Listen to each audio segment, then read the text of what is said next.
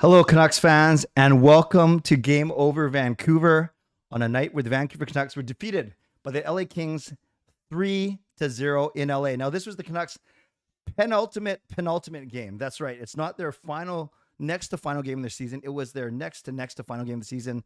That's a long way of saying they have two more games left, but we are going to break down, somehow try and make a whole show out of tonight's game. Actually, what we're going to do is we're going to do three segments. We are going to do the first segment, a quick segment about tonight's game, then spend a second segment talking about, I think, some of the more important topics that have come up for the Canucks over the past week.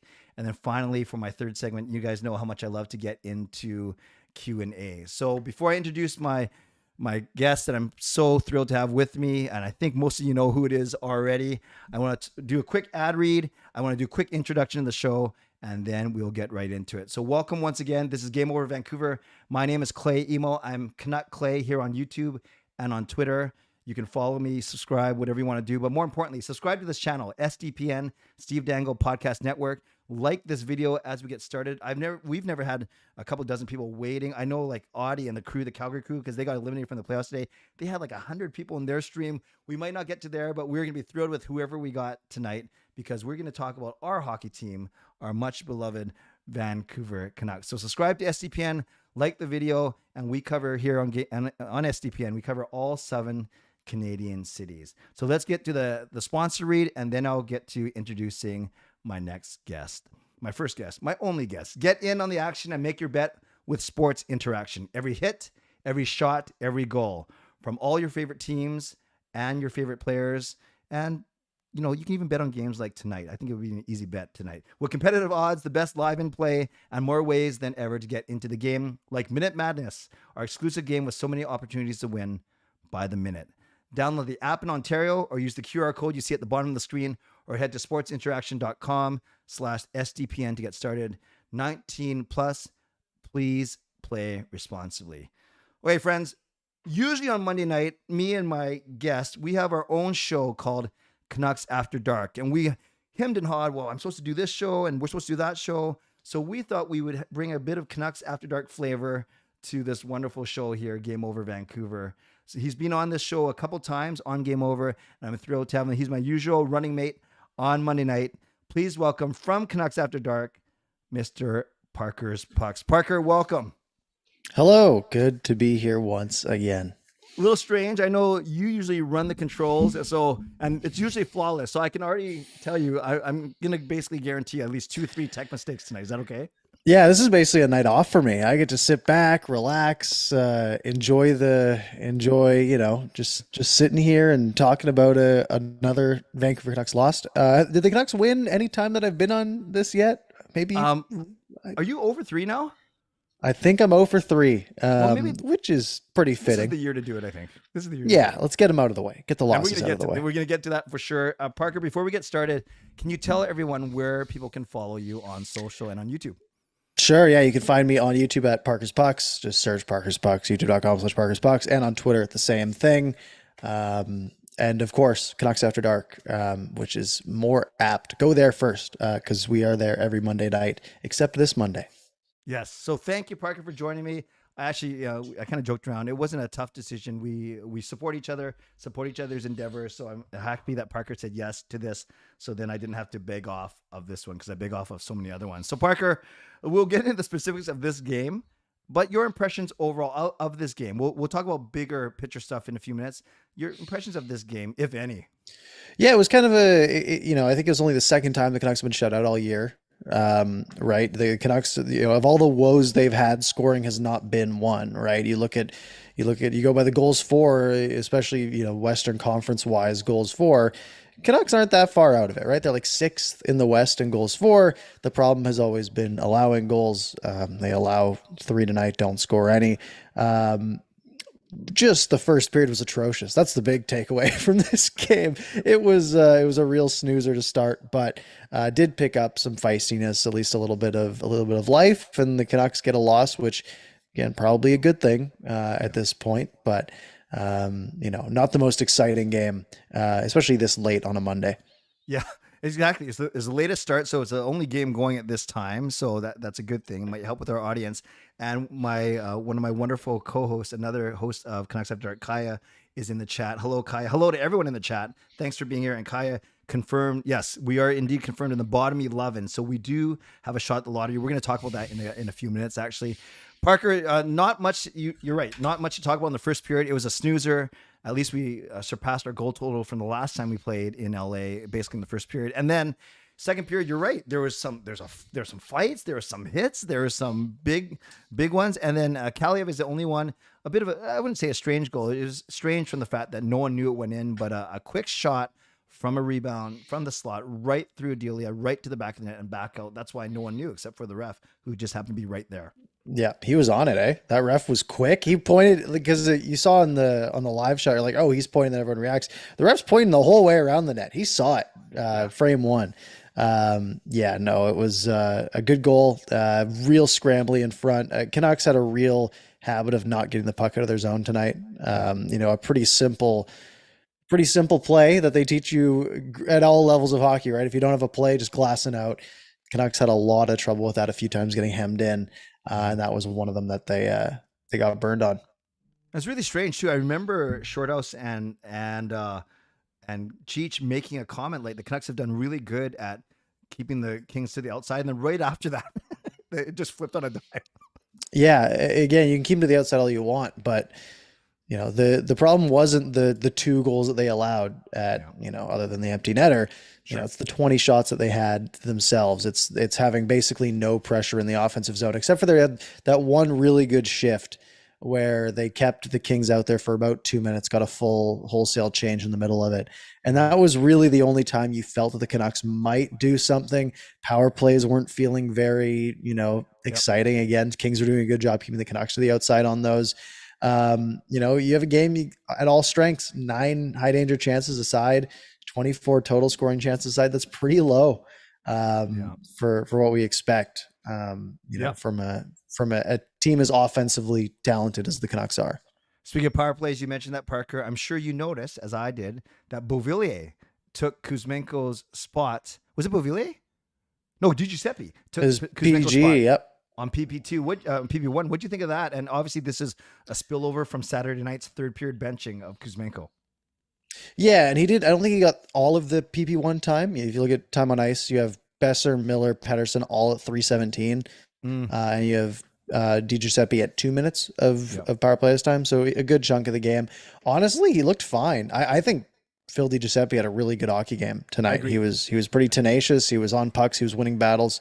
Really, at this point of the season, it's when the guys deeper in the lineup need to sort of show up, right? I've liked Niels Oman's game quite a bit lately, as I've always made clear. I'm a little biased. And then you have, Phil Di Giuseppe knowing that, he's fighting for a spot. This is training camp of 2023-24 right now for guys like him. So, it's good to see him get 17 minutes of ice time. One of the high minute guys up front, probably top 6, looks like, based on sort of a quick scan of the numbers. A full minute more than Kuzmenko. It's good for him. Yeah, and we know how much Tocchet loves Di Giuseppe and Dakota Joshua, the 2 guys whose names he never pronounces correctly, but that's okay. That's for another show. By the way, producer Drew also in the chat. It's like all these people, Parker, it's like they saw our show notes. We are going to talk about Horvat, yes. We are going to talk about next captain. Producer Drew asked that, and we are going to talk about lottery odds in the second segment. So hang tight. Thanks everyone for being here. So a goal in the third period. Now this was, I made one tweet this entire game, Parker, and it was about Myers. And I basically said Myers has an uncanny ability to make a mistake and then compound it with another one. This is the one where I don't know, man. I'm not going to make any make fun of how tall he is, or he's smart. He's a good player, blah blah blah. But he makes a lot of slow decisions, I guess, and then he compounds those. So he loses the puck, and then he chases a guy the wrong way, which we always see. He makes a 2-on-2 become a 2-on-1 all the time, and then Gavrikov scores, beats I think it was Niels Aman to the middle and puts it past Delia. What do you think when you saw that sequence?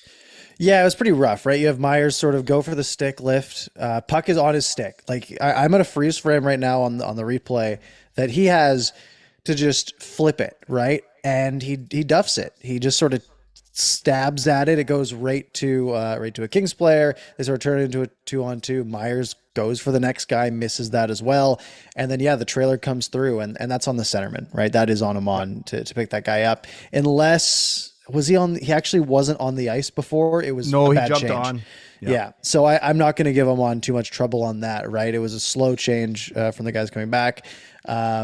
But yeah, Meyer just sort of took his guy to the side, and it's a tough look. You just sort of see him watching it, even though I don't think the end portion of the goal is really his fault. But yeah, it's a bad look, and as always, you're just so positive on Twitter. It's the rare the rare shot that you're taking instead. Yeah, then I was really upset. And then Drew Doughty, we're not going to blame anyone. It was an empty net goal, a nice 200-foot goal from Doughty. And then the final score is 3-0. Parker, I was looking at the stats. Here's an anomaly for you. 11, I know you're looking at it as well. 11 of the 12 forwards were -1. I don't think I've ever seen this. So only Kravtsov was even, but no one was -2. Everyone got a dash tonight. Yeah, it's amazing. Like, how does that even happen, right? How do you have one guy who wasn't out for a goal against, seemingly? Yeah, I'm actually confused as to how you have actually, 11 minuses when there's only because they had empty net, so they had 4 forwards on. Okay, because I was gonna say the math doesn't really work. You should only have 5 forwards. You should only have -9. I guess they might have 5 forwards and Hughes out. Yep, 3, 3, and 5. You got it. Okay, that makes sense then. So no one out for more than 1 goal against, except Ethan Bear tonight. Poor guy. I think Ethan Bear played fine, to be honest. But good night. At least, positive storyline. Colin Delia continues to be impressive. He's up, again, his stats aren't great, right? He had an 881 this year, but I think he's fit in pretty well the last couple of games he's played, taking some load off Thatcher Demko. Thatcher Demko doesn't solve anything tonight, right? Yeah. That is a pure lack of scoring. Parker, do you bring Delia back to battle with Martin, he has 1 more year left, and Demko, obviously, he's going to be the starter. So do you bring Delia back to battle with Martin, presuming Seelovs is going to be our Abbotsford goalie? Or do you bring a cheap veteran in to do that, but isn't that what Colin Delia is already? Like, what would you do? Yeah, I mean, you look at where the Canucks are at, right? They are at a point where if they want to make the playoffs next year, and you're going to have a guy playing, let's say, 25 games as a goalie next year, you can't afford 880 or 890 or whatever it ends up being. You just can't, right? Because that is going to cost. I mean, you look at Colin Delia, somehow he has an 881 and he's won 9 out of 16 starts. That's great. Good for him. That's not going to be the norm, right? You're going to have a guy who's at 880 and he's going to start 25 games and he's going to lose 15 of them, right? That's going to put you in the hole that now Thatcher Demko has to dig you out of. I think they need to find, I mean, they've tried over and over again, right? Holtby, Halak, and now Delia. It's been a bunch of misses. Spencer Martin looked fantastic in limited time last year, didn't pan out this year. I feel like you have to have a backup goalie who's going to put up, a 900. Now, league average save percentage dove to like 905 this year. So that's not, 900 would be really good.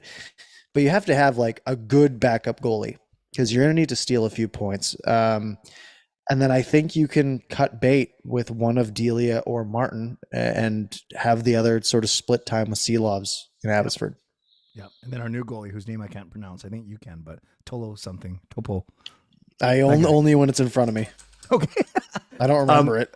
I love the chat. People are reminiscing that Tyler Myers, yes, did win the Calder Trophy back in 2009, 2010, his rookie season, obviously, that's what the Calder Trophy goes to, the Rookie of the Year.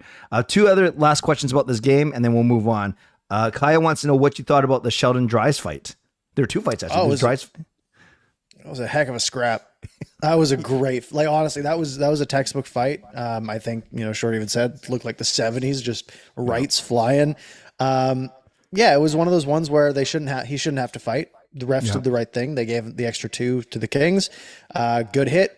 Guy got mad. They went after it. Good scrap. No one was hurt. It was textbook. It was great on Sheldon Dries. And did you see the Miller's sneaky switch? He was punching with his right, he was holding with the left, and then he just kind of grabbed with the right and did a quick left. That was pretty good, actually. It was some good moves. He's no Adesanya after this last weekend, but very good. Miller did look pretty good in that fight. Now, keep in mind, you're down a goal in the second period. You don't want to be trading off JT Miller in a fight. No. Right. True. You want someone else to be going in there.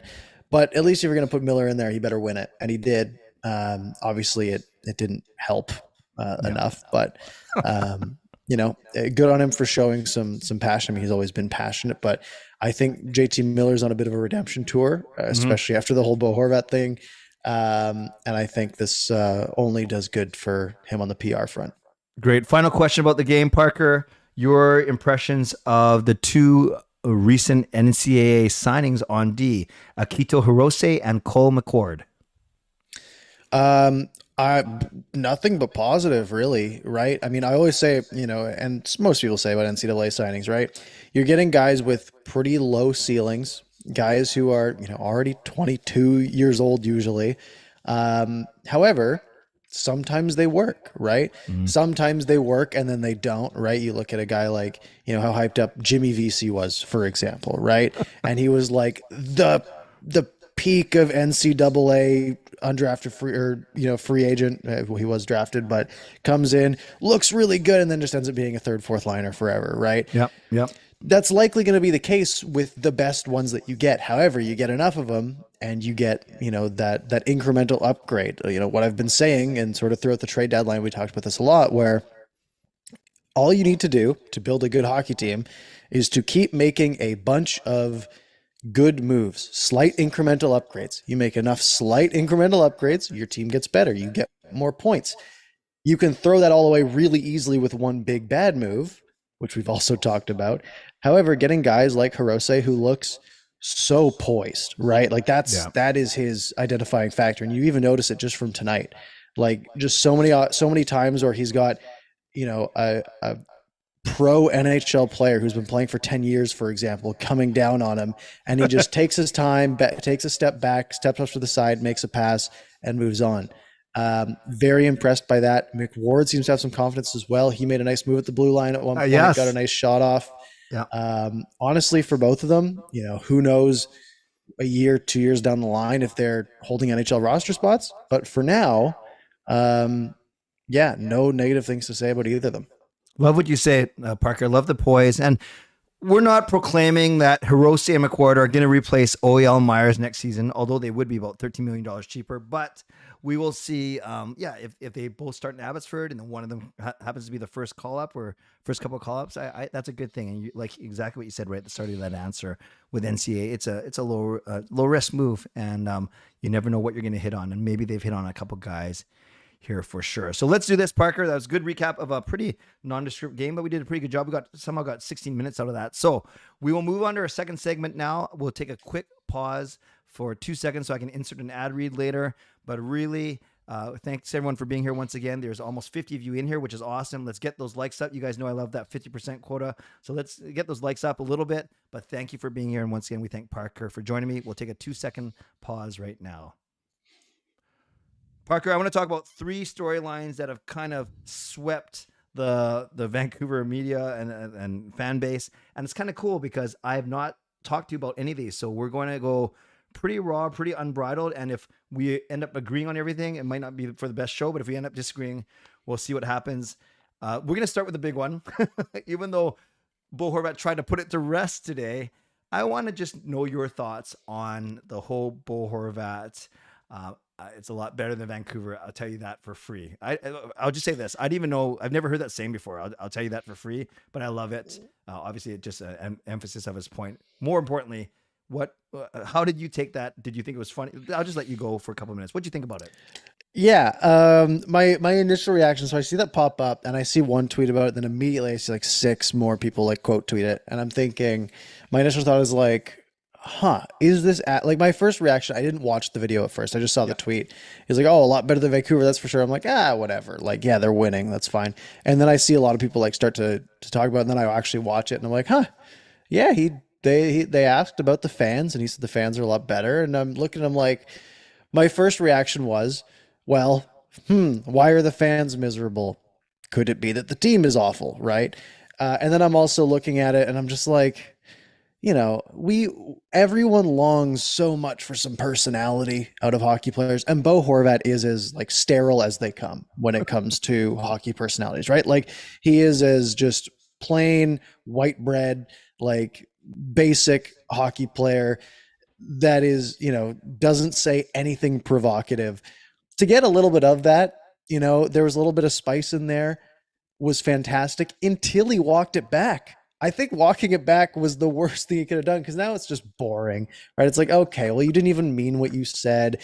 You lose there's a bit of a heel turn of like, yeah, I didn't even like it there anyways. I'm going to the playoffs, baby, which he might not be. And I like that. I think it's fun. And like, yeah, Horvat was a good player while he was here. He was great in the bubble. He was, scored a bunch of goals this year and basically helped the Canucks get a good return for him, which they then got rid of. And to go back and to do a little heel turn and to basically throw some shade back, I think it's fun. I don't know Bo Horvat. I'm not friends with Bo Horvat. I don't care if he doesn't like the fan base. I don't think he doesn't like them. I mean, he walked it back himself. But like, yeah, let's make it interesting. Let's have a little bit of fire in there. And Kaya loves your description of plain white bread. Am I wrong? No, not at all. I like it too. And just so we're clear, and so Parker, I have a couple of thoughts too, which I haven't shared with you actually in person yet. So the question was, how does this rank for you in playoff pushes? The excitement of this building and the fans' involvement over the last couple of games. And then he said, it's been unbelievable. It's a lot better than Vancouver. I'll tell you that for free. So really quickly, Parker, I was at the game on Saturday night. As you know, I was watching the Canucks further hurt the Flames' playoff chances. And then I saw this, I saw this happen and everyone's starting to tweet about it. And then when I saw, to me, I knew it was going to be a very, very polarizing thing. And I think I might be in the minority here in that I actually, right from the get-go, I thought it was funny. I know Horvat was my favorite player when he was on the Canucks, but I tried to be unbiased. But to me, I really zoned in on the fact that I thought he was just talking about the atmosphere, the fact that he's in a playoff push. He only made the playoffs twice when he was here in 8 years, one in his rookie season and then one in the bubble against in front of no fans. So, and I know I was in the minority because I had people coming at me after I vlogged about it, after I tweeted about it. And then those same people were obviously then were calling out Bo for walking it back. Not, you didn't call him out, but you kind of noticed that, how it actually made it maybe better, worse, whatever it may be. So I think my bigger takeaway is this market is so crazy, man. We know this because we're content creators and we get together every Monday night to talk about this team.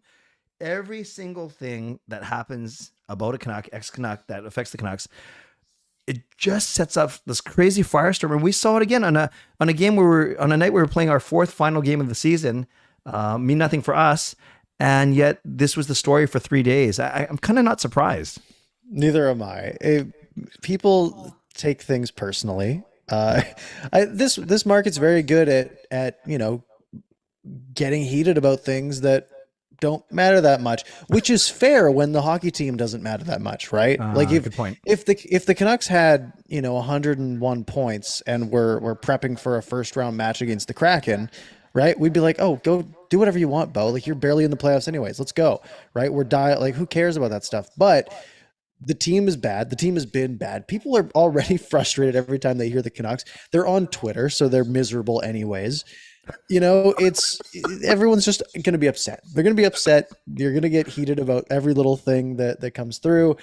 And I've sort of learned to just treat things that are, just treat things as fun and funny, right? It's fun to have a rivalry. It's fun to have people to dislike, right?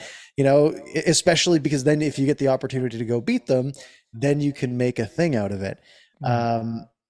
And sure, like Horvat was one of the captains. He was supposed to be one of Canucks Ring of Honor guy through and through if he stayed here his entire career.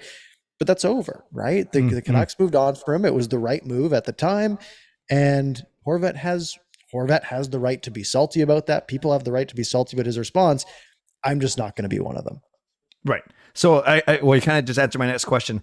Does it change for you at all how you are going to react when Horvat makes his first visit here with the Islanders? No, I don't think the fan base will either. Yeah. Right. I think there's no world unless he piles back on, right? Like let's say they do make the playoffs, let's say they win the first round, and he's like, "Oh, thank God I'm not in Vancouver," right? Like those guys are golfing, right? Like if he said something like that, then it's like, all right, now people are gonna react, right? There's gonna be some fire when he comes back. But no, the way it is right now, like it's gonna be, he's gonna get the whole standing ovation. It's gonna be a big thing. He'll get the 2-minute video tribute during commercial. It's there's gonna be no impact on how this affects things. It's gonna be forgotten by next November when the Islanders come here. And they move, as you know, they're in a battle for their playoff lives after losing today, 5-2 to Washington. A double whammy, actually, really good for the Canucks, which we'll get to in a second. But they are tied with Florida with 90. Florida has 92 points. Islanders have 91. Pittsburgh has 90, but Pittsburgh has one more game to play. 2 games as opposed to 1. So they have a game in hand on both those teams. So it's still up in the air as opposed to the Western Conference, which is pretty much settled today. Well, Calgary's out. Nashville still with an outside chance of catching Winnipeg. Well, we'll get to that in a second. Second question I have. So Parker, Saturday night was the last home game. Yeah, I'm sure you've seen or you heard that Quinn Hughes addressed the fans for 30 seconds after on behalf of the team. He said he found out the day before, didn't think it was a big deal. So you and I have we've kind of tossed this around. We were both leaning Elias Pettersson, and then I know for me, I can easily be convinced now that Quinn Hughes could be the next captain. Has it moved at all for you? Or are you still leaning Petey? I'm sold on Quinn. Let's go. The Canucks PR really has done a very good job of pushing the Quinn Hughes narrative the last couple of weeks, right? For probably good reason, right? They've probably been given the directive like, hey, on the outside, it probably looks like Petey because no one really talks that much, right? Petey doesn't talk that much. Hughes did, but like he's so quiet and reserved typically. And they said, look, Quinn's probably going to be the captain next year. Let's push some content to put people into the Quinn Hughes camp off of the Elias Pettersson camp. And it has worked, right? You look at the video that the Canucks posted of Hughes reading out the lineup before this game, the starting lineup. Every single comment is like, that's my captain. Let's go. Right. Like everyone is fully bought in because he's basically taken those reins, right? He has stepped up and said, yep, this will be me. I will go address the fans. I will stand in front of the media for basically everything that we do. He's bought in. And I mean, is he the most skilled player on the team? I mean, he's number 2, right? So, there's some, most people don't care about it being the most skilled player, but you want to have at least some skill on your captain, lead by example a bit. I was always on the Pettersson train because Hughes seemed quiet and reserved, but I mean, so is Pettersson, right? And if Hughes wants that role and internally he's much more vocal than he seems externally, I see no reason why he shouldn't have it. Yeah, I agree with you. The fact that he unprovoked came out and made a statement prior to the Pride Night game, the fact that he's talked yesterday, and I've said this, and Parker, I try and say this without sounding disrespectful, but if all else being equals, they're both skilled players, they're both franchise players, they're both signed here long term. Imagine PD gets extended. If everything was equal, I will take the guy, quite frankly, who's a bit more articulate with the English language because it's his native speaking language. Like I will, and that's why I think Hughes and PD would both be fine, but I think Hughes even seems a tiny bit more comfortable. PD will often cut his answers a tiny bit short or whatever, and maybe because he's looking for the right phrasing and terminology, or maybe he's simply not as comfortable. Hughes isn't the most dynamic, but I always think you're going to get a thoughtful answer from him. Yeah, for sure. And, you really look back to, remember that press conference with Besser and Hughes? Yeah. When Besser, was tearing up and there was a question asked and Hughes sort of just stepped in and said, next question. Right. I think that's what we don't see much of because it's on the, it's sort of behind the scenes stuff like that. Hughes has seemingly developed into someone who is much more comfortable. Yeah. I'm sold. It's funny as I was making that explanation or description of native speaking, not making both really good. I kind of explained you and me, and you being Hughes and me being, okay, anyway, that's just a thought I had. Okay, let's move on. One more thing as I stutter through all my questions. Actually, 2 more things still. Before we get to the draft lottery and the standings. Are we in danger of PD not getting to 100 points or Kuzmenko not getting to 40 goals?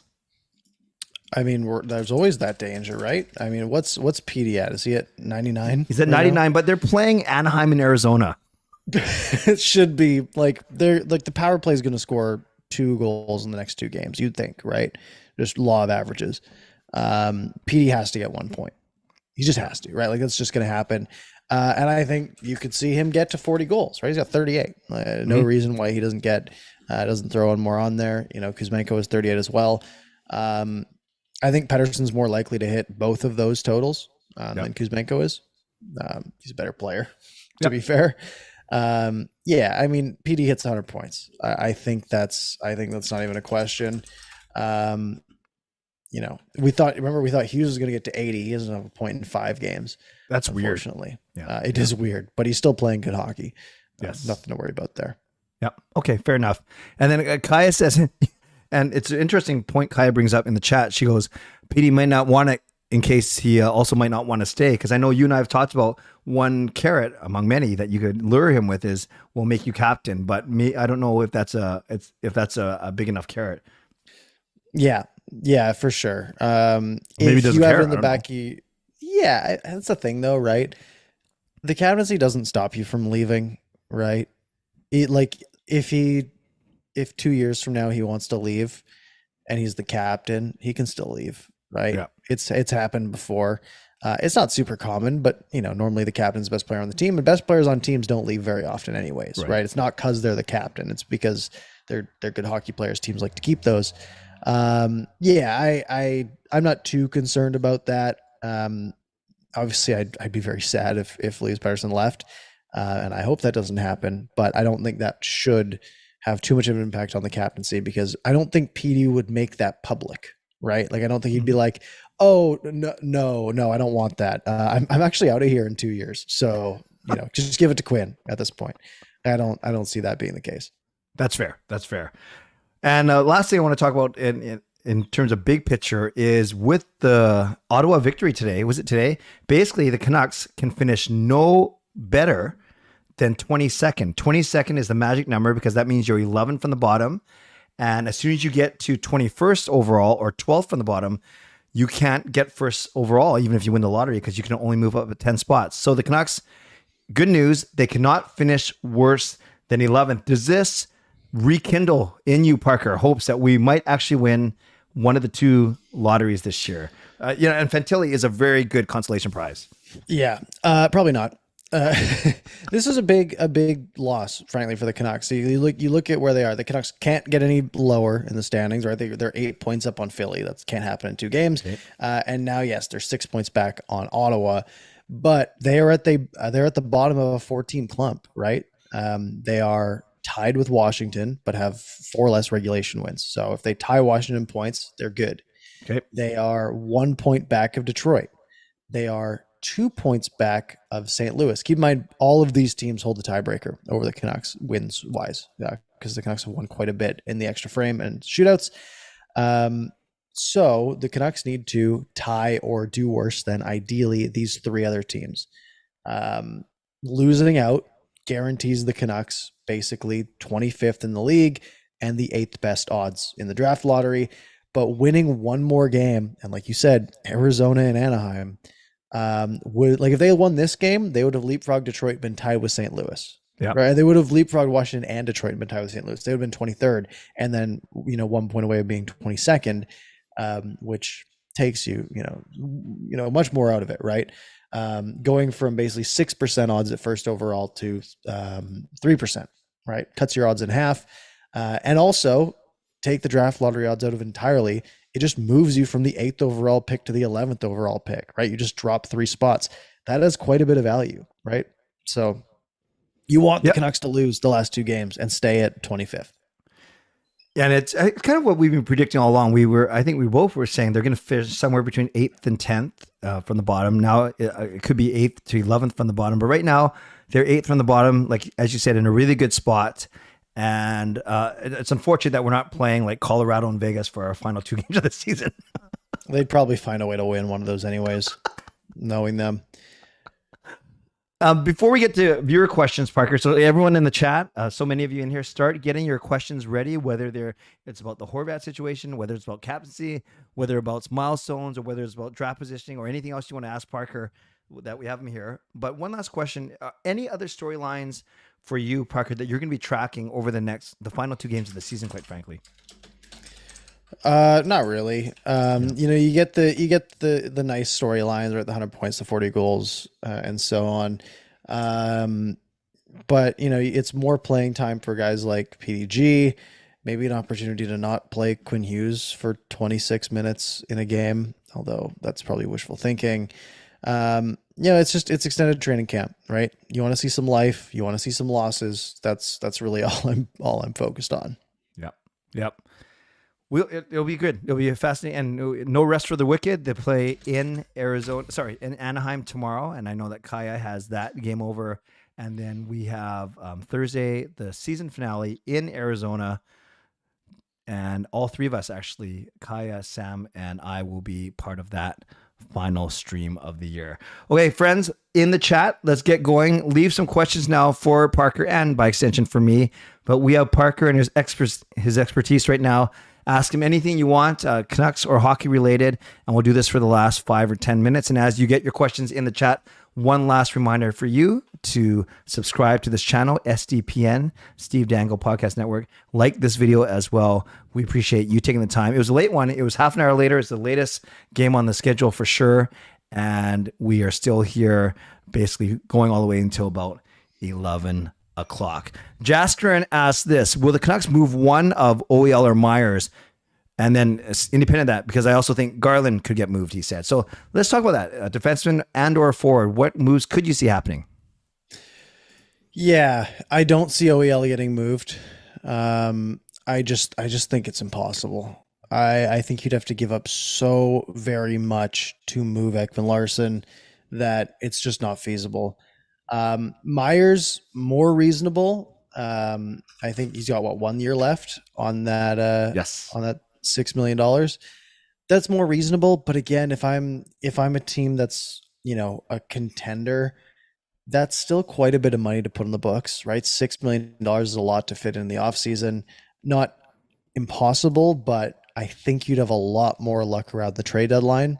Now, if the Canucks are in a playoff spot at the trade deadline, maybe that doesn't happen, but that contract's off the books after next year anyways. And then, Garland is sort of one of the obvious ones, right? For the player that he was in Arizona and who we were so excited about, the only saving grace of that trade just hasn't panned out here. And this is I'm usually not big on the eye test, because usually the eye test and analytics like to match up somewhere in the middle, right? I don't know what Garland's analytics are, but the eye test isn't good, right? Like, it just never feels like Connor Garland is making an impact, right? Again, he's a 45-point player. Like, that's fine. And his contract is probably not that much of a negative, but like, man, he doesn't inspire much in me. And if they move on from him, again, the problem is, what do you get? What do you get out of a Connor Garland trade? It's probably so minimal. You get $5 million off the books essentially, but you also lose a 50-point player at the same time. So it's a tough one. And we've talked about maybe the Canucks are looking at moving one, if not two, of Garland, Bessier, and Beauvillier, because I don't want to say redundant. That's a little bit disrespectful, but they do similar things. I guess that's being redundant. A couple questions about jerseys. One of them, given that the Canucks were wearing their home black skate ones, is: do you think the Canucks should do a white skate jersey? Yeah, why not? It was kind of fun tonight with the chrome buckets and the Canucks and the black skates. It was a pretty good jersey matchup. I do like those white and silver Kings jerseys. They are great. They are. I mean, the NHL needs to just go all in on random jerseys, right? Let teams wear, their pride jerseys and all this other stuff during games, right? Let them play with 12 jerseys during the season. Why not? Right? NBA, exactly. The NBA does it and it's sweet, right? There's going to be some misses, but the Canucks have been so good with jerseys that, like just have 12 special nights a year and have them all with some fun jersey, right? Have the Black Lives Matter jersey, be able to wear that on the ice, right? The Mhm. Diwali jersey, they all look so good. They would look so good on TV. They look great on the ice. Yeah, it seems it's just a silly rule. Yep. Let the teams have some fun. Let's have some crazy jerseys out there. And yeah, have a white skate. Why not? I agree. A quick question about Canucks prospect, right hand D man defenseman Philip Johansson. Not sure if that's how you say it. A late round pick from last year, I believe, or 2 years ago. They have high Well, no, hopes he for him. was Philip Johansson was a first round pick in 2018, if I'm not Oh, mistaken, for Minnesota, right. and then the Canucks got him. I think Thank you. They didn't retain him. And the Canucks. Thank you for that correction. Apparently, Darth Nutella is saying his SHL season is done. Yep. Do we see him before the end of the season? There's only 2 more chances to do so, though. No, no, he'll definitely just come for training camp. I don't think the Canucks can make that work. I think it would just be silly. You burn an ELC year. I don't even know how ELCs work when you're 23. You got to fly them all the way out here. There's again, like one of those games is tomorrow, right? So you would just be for the last game in Arizona. You really want to make your NHL debut in Mullet Arena? I don't know. Yeah, no, you'll just see him in training camp next year, and maybe he competes for a spot. Shout out to Rev Trev of Kempner Canucks, a brand new content creator. Always room for more of us. Thank you.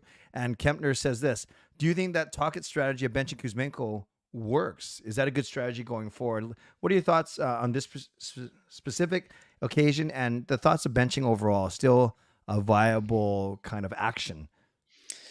Yeah. At this point in the year, you're not trying to win games. If you need to sit a guy for a period, if you think it's for the best, I don't mind it. Kuzmenko, is he great defensively? No. Does he have 38 goals this season? Yes, right?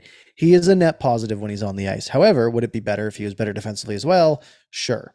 So if Rick Tocchet thinks that it's best to send him a period, send him a message and say, hey, off season's coming, right? Off season starts in a few days. Spend that off season working on your defensive game. Maybe you score only 30 goals next year, but you're much better in your own end and you help the team win some more games.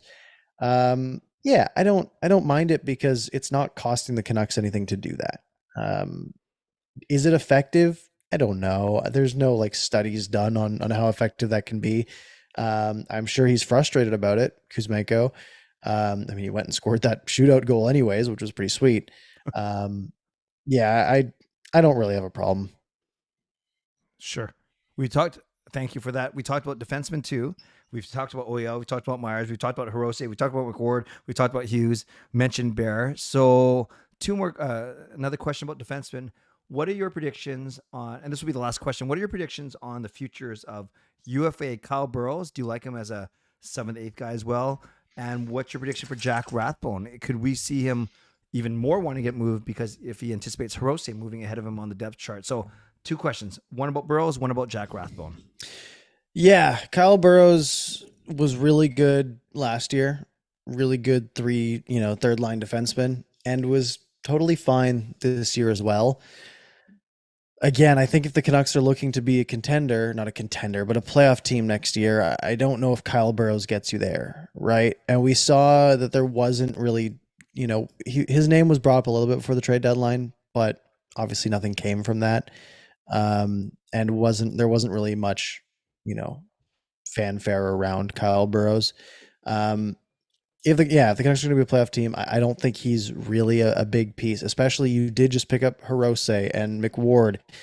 McWard is, young, right? He's 7 years younger than Kyle Burrows. Hirose is, only 3 years younger than Kyle Burrows, but still he's younger, right? I think, Kyle Burrows is probably someone who can land a gig on a team like the Canucks, but not the Canucks, right? Like in Arizona, right? Be a great fit there where he's not going to make much money, so they don't have to pay anything. And he can take a roster spot and maybe get 2nd line ice time over there. But the Canucks just have so many guys, so many names that are the same, right? Akito Hirose, Cole McWard, Christian Wolainen, Guillaume Brisebois, right, who's probably a little bit lower, but like they have so many, they have so many people that are all number 7 defensemen essentially. And you kind of know what Kyle Burrows is, but maybe a Hirose or McWard can be above that level. Yeah. Yeah. Or Philip Johansson, right? To Yep. sort of double back on where we were. Good. Yeah, this became the defenseman show. And Kaya says, extend Kyle, as in, how dare you not? That is my boy. Kaya, I thought Luke Shen was your boy. How many boys do you have? And are they all right shot defensemen? So they're Parker, all mediocre defensemen. That's mean, but like they're fan favorites though, right? Like they do their job, they do exactly what they were signed to do, and they do it well. However, you can only have so many of them, and the Canucks need to get rid of. They have a glut at that spot. They need some better ones, ideally. Yeah, and they got 2 more games to figure it all out. I can say that tomorrow will be the penultimate game of the season. And as I mentioned, that one's in Anaheim. So expect Thatcher Demko in net. Not sure if Aidan McDonough gets in one more time before the season ends. He's the only other actually healthy body. The Canucks don't have any other extra defensemen right now. And then they wind up the season on Thursday in Arizona in the Mullet Arena, as Parker mentioned. So Parker, I'm going to let you go so you don't have to hang around for the wind up of the show. But before you go, can you let everyone know once again where they can follow you? Absolutely. Yeah, you can find me on YouTube, Parker's Pucks, Twitter, Parker's Pucks. And then, of course, Clay and I do a show every Monday night, except this one on the Canucks After Dark channel. Go check us out there. It's always a good time, pretty similar to this. Hey, minimal tech issues tonight, just a slight echo. Good job. Pretty good. Yes. That's now I get why they tell me to wear headphones. Okay. So, but yeah, no, go check out Canucks After Dark. It's a good time. You can find it on YouTube or wherever you get your podcasts. But yeah, thank you very much for having me. Awesome. And you guys, if this is your first time seeing Parker, make sure you do follow him, because you can see the guy, good looking guy, smart guy, knows his stats. He actually plays the game, a good communicator. So can't say enough good things about him. And if those of you that are here because of Canucks After Dark, welcome. There's more of this kind of thing across all 7 Canadian cities. And believe it or not, 3 of them are actually, or 3 or 4 of them will actually be doing shows into the postseason: Toronto, Edmonton, and Winnipeg, it looks like. And that means and not Vancouver, Calgary. No Calgary, unfortunately. Sorry, Audie and Peter. No Vancouver, no Ottawa, and no Montreal. 3 out of 7 ain't bad. So I'll wind up here. Parker, thanks again. I'll message you later. And thanks again for being with us tonight. Thank you. Have a good one. All right, you too. Take care. Bye. Okay, friends, that was Parker Halliwell, Parker's Pucks, and make sure you do follow him, Parker's Pucks, on YouTube and on Twitter. You can tell he knows his stuff. Great guy, and he's indeed my running partner, usually on Monday nights on our show called Canucks After Dark. So let's wrap this up now. Great chat tonight. Great. Not a great game, but great interaction in the chat. And if you came over from Canucks After Dark, thank you. And if you're brand new to Parker, make sure you follow him. And for all of you loyal viewers of SDPN, appreciate you. And no joke, you will still be able to follow Toronto, Edmonton, and hopefully Winnipeg throughout the playoffs. Speaking of SDPN, tomorrow night, it's Vancouver, it's Anaheim, and it's Kaya back on the mic. And then Thursday night, it's all 3 of us for the finale when the Canucks take on the Arizona Coyotes. So once again, thanks for being here on your way out. Make sure you subscribe. Make sure you like the video. Visit our sponsor, Sports Interaction. And you have Kaya tomorrow night after the Canucks game. We appreciate your time and your energy. So stay safe, stay healthy, take care of yourselves, and take care of each other. And by the way, I think I'm done being a people pleaser. I'm absolutely done being a people pleaser. I really hope you're all okay with that. Take care, and go Canucks go. Good night, everyone. Game over! Powered by Sports Interaction.